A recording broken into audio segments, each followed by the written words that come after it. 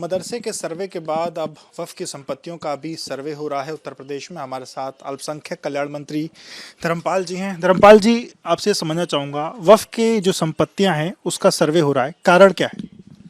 देखिए, वक्फ की संपत्तियों की सर्वे हम इसलिए करा रहे हैं कि हमारे पास बहुत सारी ऐसी शिकायतें ऐसी मुस्लिम समाज के लोगों के द्वारा आई।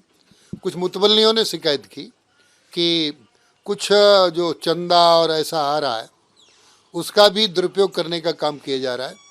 तो इन वक्फ संपत्तियों को हेर फेर करके लोगों के नाम कर दी गई हैं। ये वक्फ दो तरीके की होती है। एक वक्फ सीधी होती है जो अल्लाह की संपत्ति है, उसको चेंज नहीं किया जा सकता, उसको किसी को दिया नहीं जा सकता। एक वक्फ अलल औलाद होती है जो इसमें हक उसके औलाद का होता है, तो वो तो एक अलग विषय हो गया। लेकिन ऐसी प्योर संपत्तियों को भी लोगों ने खुर्द-बुर्द करने का काम किया है। हम इसलिए सर्वे करा रहे हैं। इसमें सर ये हमने देखा कि 1989 का जो शासनादेश था वो बदला गया है, वो चेंज हुआ है। तो नया जो शासनादेश है वो क्या कहता है और उसमें चेंजेस क्या हैं? देखिए, कुछ मामले राजस्व रिकॉर्ड में भी लोग शिकायतें आई हैं कि परिवर्तित करा दिया गया है, और राजस्व रिकॉर्ड में कुछ था और कुछ का कुछ दर्ज करा दिया गया है। हम सर्वे इसलिए करा रहे हैं और ये सब चीज़ें हमारे सामने आ जाएंगी तब हम कार्रवाई करेंगे। अच्छा, ये सर देखा जा रहा है कि तकरीबन 1.25 लाख के करीब में, जो चाहे सुन्नी वक्फ बोर्ड की बात की जाए, 8,000 शिया वक्फ बोर्ड के पास जो हैं वक्फ की संपत्तियां हैं, उसमें कितनों पे शिकायतें हैं? इसको लेकर के भी कोई डेटा है क्या अभी तक? देखिए, शिकायतें तो काफ़ी पर हैं और हम इसको डेटा भी आपके लिए दे देंगे।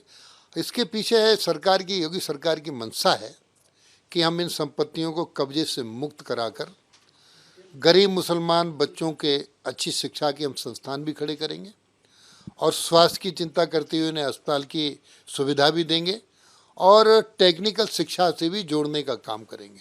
सेंट्रल वक्फ काउंसिल ने भी एक पत्र आप लोग को लिखा है, उस पत्र के क्या मायने हैं? और जो आप लोग ये सर्वे करा है, क्या दोनों सेम है या कुछ दोनों में परिवर्तन? दोनों एक जैसे ही हैं, क्योंकि वक्फ की संपत्तियां संरक्षित और सुरक्षित रहें।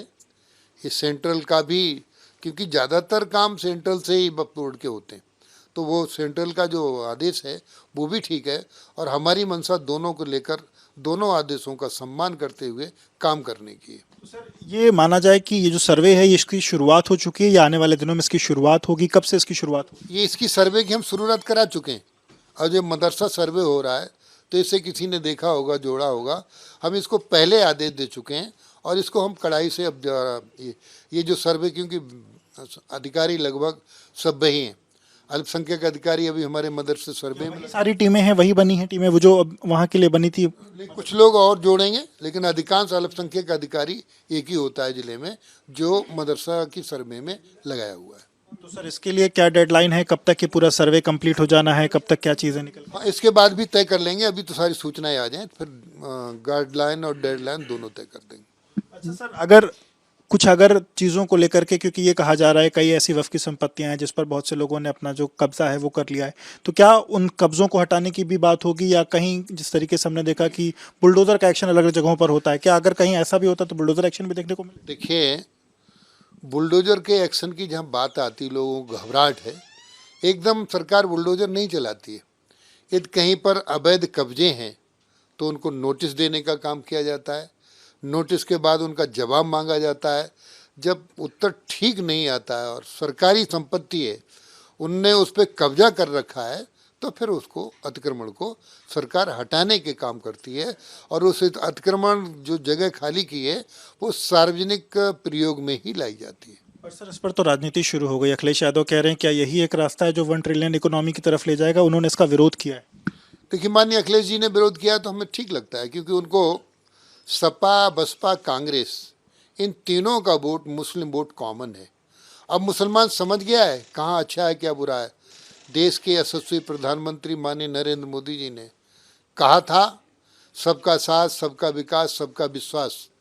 उसी आधार को लेकर उत्तर प्रदेश के मुख्यमंत्री यशस्वी माननीय योगी आदित्यनाथ जी मोदी जी के सपनों का उत्तर प्रदेश बने, अहरनिश काम कर रहे हैं और जो सुविधाएं हिंदू को मिल रही गरीब को, वही सुविधाएं मुस्लिम गरीब को मिल रही हैं। माननीय मोदी जी ने कहा था कि हम मुस्लिम गरीबों के बच्चों को अच्छी शिक्षा देकर मुख्य धारा से जोड़ने का काम करेंगे।